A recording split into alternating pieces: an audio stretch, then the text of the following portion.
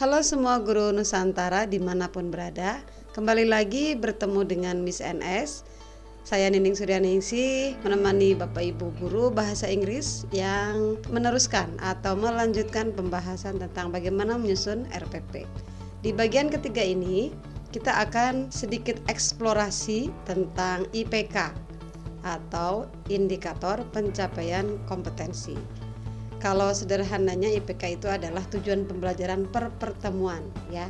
Di part 2 dan part 1 kita sudah membahas tentang tujuan pembelajaran. Mari kita mulai bagaimana menentukan IPK per pertemuan. Sebelumnya, kita seharusnya membuat pemetaan terhadap KD-KD yang akan kita gunakan di satu semester atau 1 tahun, sehingga nanti kita bisa memprediksi jumlah pertemuan yang cocok atau yang sesuai yang bisa kita gunakan untuk mengajarkan kompetensi dasar yang ingin kita berikan kepada siswa, yang kita ingin siswa kuasai. Saya pribadi membayangkan andaikan ini di murid saya diterapkan, maka saya membutuhkan 3 pertemuan. Karena KD-KD yang lain akan sedikit membutuhkan waktu yang lebih lama melihat dari kompleksitas materi yang ada. Andai kata ini kita jadikan 3 pertemuan, maka redaksinya akan seperti ini. Dari mana redaksi ini? Ini adalah perintilan. Aduh, bahasa apa itu ya? Ini adalah chunkingan atau potongan dari tujuan pembelajaran. Jadi, Bapak Ibu harus melihat redaksi tujuan pembelajaran yang kemudian kita potong-potong menjadi 3 pertemuan. Untuk pertemuan 1, peserta didik mampu mengidentifikasi fungsi sosial dan struktur teks lisan. Jadi di pertemuan 1 ini saya berencana hanya fokus pada jenis teks lisan. Teks lisan yang melibatkan tindakan yang waktu itu kita bahas itu ya, menyapa, berpamitan dan lain-lain. Jadi pertemuan 1 itu kita betul-betul fokus di jenis teks lisan. Dikenalkan kepada siswa fungsi sosialnya dan juga dikenalkan struktur teks lisannya.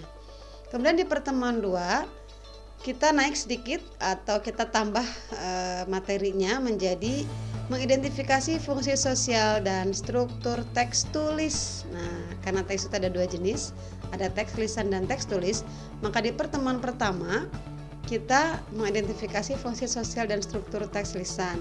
Itu untuk aspek pengetahuan. Untuk aspek keterampilan, kita mengajarkan mereka menemukan informasi tersurat dan tersirat dari teks lisan. Di pertemuan kedua, peserta didik mampu mengidentifikasi fungsi sosial dan struktur teks tulis. Nah, ini bedanya pertemuan 1 dengan pertemuan 2. Untuk keterampilannya juga bedanya di situ. Tapi sama-sama menemukan informasi tersurat dan tersirat. Disinilah fungsinya kita memahami bagaimana cara mengajarkan reading comprehension. Kalau di pertemuan 1, untuk menemukan informasi tersurat dan tersirat dari teks lisan, itu kita membutuhkan kemampuan siswa yang menghadapi teks lisan. Itu artinya kita harus bisa mengajarkan mereka bagaimana listening comprehension. Untuk pertemuan 3, peserta didik mampu mengidentifikasi unsur kebahasaan. Jadi kalau Bapak Ibu yang sangat piawai, yang sangat hobi banget nerangin panjang lebar tentang grammar, nah disinilah tempatnya. Tapi jangan panjang-panjang juga ya. Karena fokusnya adalah ini yang terakhir, menyusun teks lisan dan tulis. Mereka harus bisa ngomong, yang tadi itu menyapa, berpamitan dan lain-lain, juga bisa nulisnya. Bagaimana kalau menulis mau berpisah tapi ditulis, tidak diomongkan. Nah, disinilah di pertemuan 3 inilah inti dari keseluruhan kegiatan pembelajaran untuk KD 3.1. Apa sih metode yang digunakan sampai sebertele-tele itu? Nah, untuk bahasa sudah ditetapkan bahasa Inggris itu menggunakan genre based approach atau text based approach. Ada 4 cycle, walaupun ini ada perbedaan. Jadi sebenarnya 3 cycle katanya, karena building knowledge of the field itu ada di semua cycle. Mazhabnya silakan beda-beda ya. Yang pertama building knowledge of the field, jadi membangun pengetahuan awal dari siswa. Gayanya Vygotsky itu harus mengactivate ZPD ya, Zone Proximal Development. Jadi jangan pernah menganggap anak tidak tahu apa-apa. anak tahu sesuatu, anak mengenal banyak hal. Nah, itu kita gunakan untuk menjadi penjembatan untuk materi kita. Yang kedua adalah modeling of the text. Jangan sampai kita mengajarkan sesuatu kepada anak atau meminta anak melakukan sesuatu tidak pernah kita ajari, tidak pernah kita perlihatkan contohnya. Jadi harus ada modeling. Contoh-contoh teks deskriptif atau contoh-contoh teks jati diri atau contoh-contoh teks greetingnya harus diperlihatkan kalau pelajarannya greeting. Jadi jangan hanya memberikan tugas tetapi tidak pernah memberikan contoh yang realnya seperti apa. Yang ketiga adalah joint construction of the text. Ini mengandung makna bahwa nanti guru dan siswa bersama-sama membuat teks lisan dan teks tulis tentang itu. Untuk apa? Supaya kesalahan-kesalahan yang mungkin terjadi dan amat sangat mungkin terjadi dan dilakukan oleh siswa itu langsung tercover oleh guru, langsung diingatkan, langsung diluruskan, dikonfirmasi, diperbaiki, difasilitasi untuk itu salah karena ini sebaiknya tidak begini. Itu di dalam proses joint construction. Jadi anak-anak kepedeannya juga mudah-mudahan meningkat ya, tidak dibiarkan sendiri. Nah, setelah dianggap bisa bareng-bareng, mulai muncul kepercayaan dirinya, barulah kita wadahi dengan fase individual construction of the text. Itu bikinnya sendiri-sendiri, tidak ada istilah membuat teks secara berkelompok.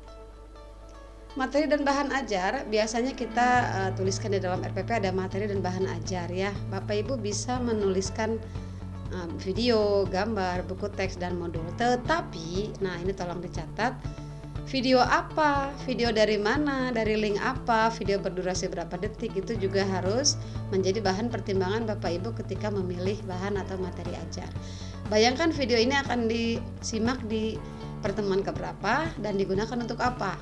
Kalau videonya akan digunakan sebagai persepsi, maka tidak harus selalu dalam bahasa Inggris. Karena nanti isi video itu akan menjadi bahan diskusi yang mengantarkan anak-anak atau siswa kepada materi. Yang kedua adalah gambar. Jadi kalau video tidak memungkinkan untuk diputarkan, misalnya kalau di zaman daring begini kurang kuota, atau misalnya di kelas kita harus punya plan B ya, di kelas kadang-kadang mungkin listriknya mati, harus sudah dipersiapkan misalnya gambar. Atau nanti main ini aja, ditukar-tukar, misalnya video di persepsi, nanti gambar di pertemuan berapa gitu. Yang ketiga, kalau mau pakai buku teks disebutkan judulnya, bahkan mungkin halamannya kalau perlu. Jadi halaman yang membahas tentang materi greeting atau leave taking dan lain-lain.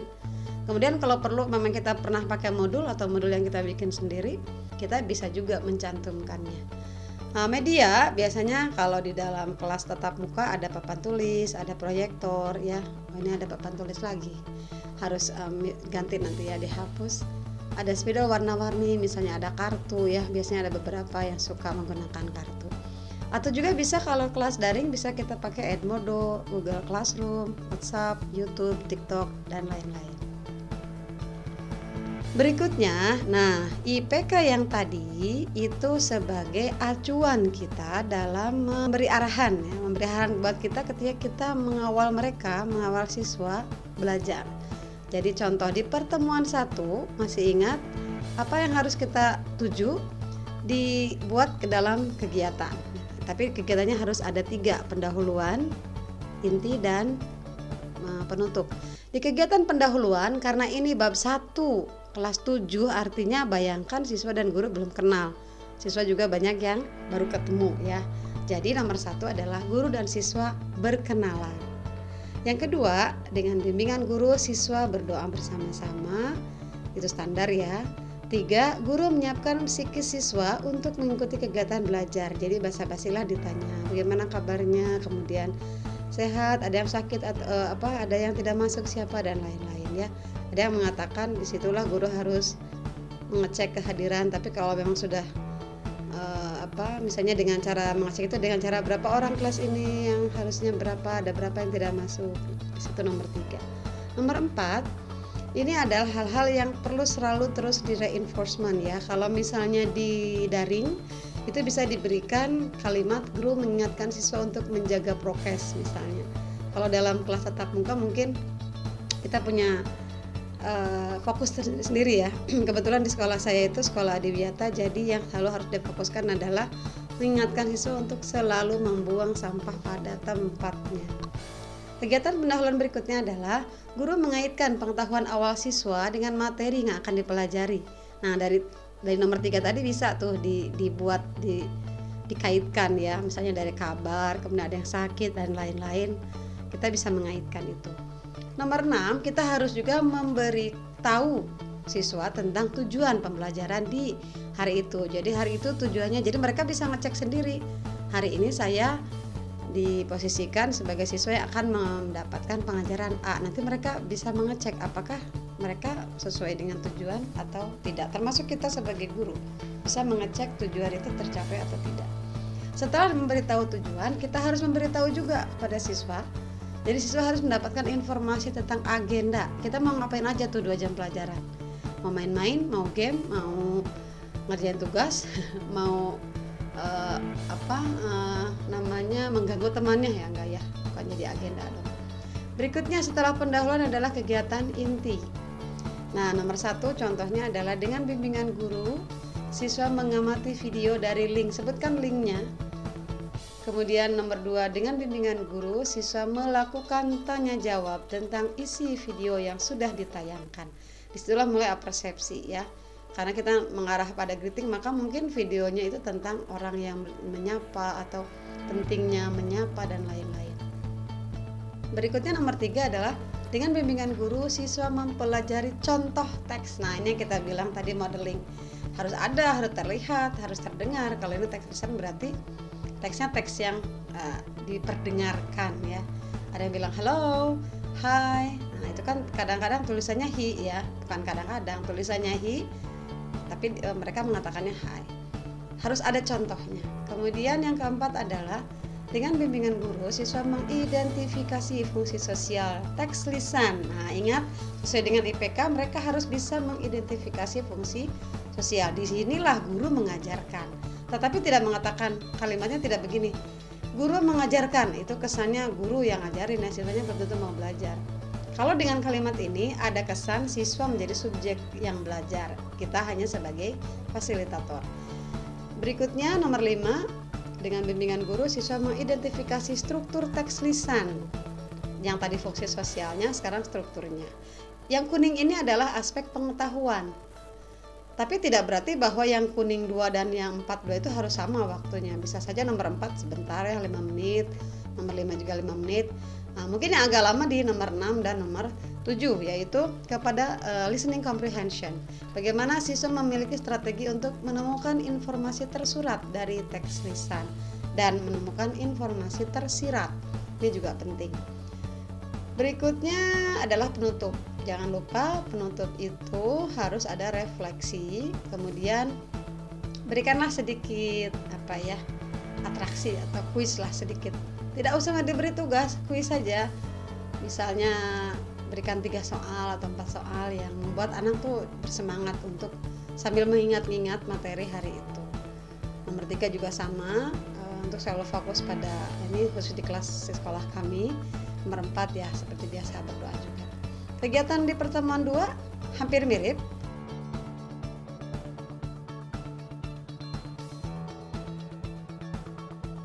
Berikutnya pertemuan inti. Bedanya apa dengan pertemuan 1? Pertemuan 1 itu teks lisan, kalau pertemuan 2 teks tulis. Di penutupnya juga sama. Nah, cuman kuisnya juga berhubungan dengan fungsi sosial dan struktur teks tulis. Lanjut ke pertemuan 3, hampir sama.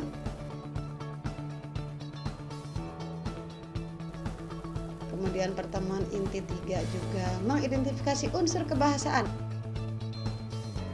Nah, ya hampir sama kalau penutupnya. Jadi tidak ada tulisan siswa diberi tugas.